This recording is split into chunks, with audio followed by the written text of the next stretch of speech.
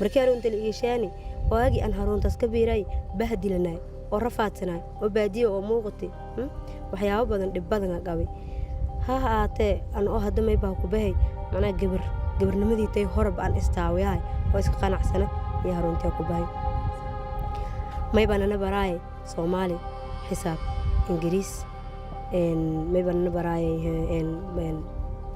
gargaarka caafimaad yana baraay macallimiin sharaf leh neesheeni haddana markii in dambe ay tahay ganacsiga sida lan ganacsado sida magaalada bulshada lan kabiiro kulli walna bari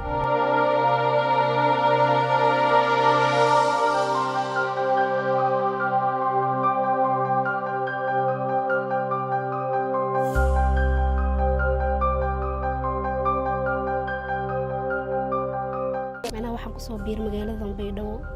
ayaan ku soo biir dabcan markaan ku soo biiray waxa ii sahashay inaan xiradan ku soo biiro dabcan gabar saaxiibaday xubinta ku soo biirtay iyana sheegtay dad macnaha oo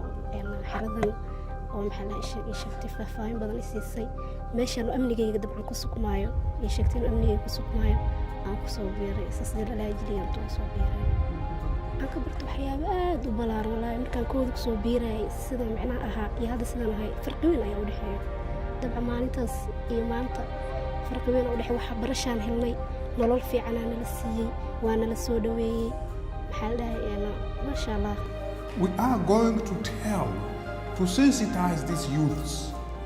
that they are being misled by these murderers, that joining these people is not a good thing,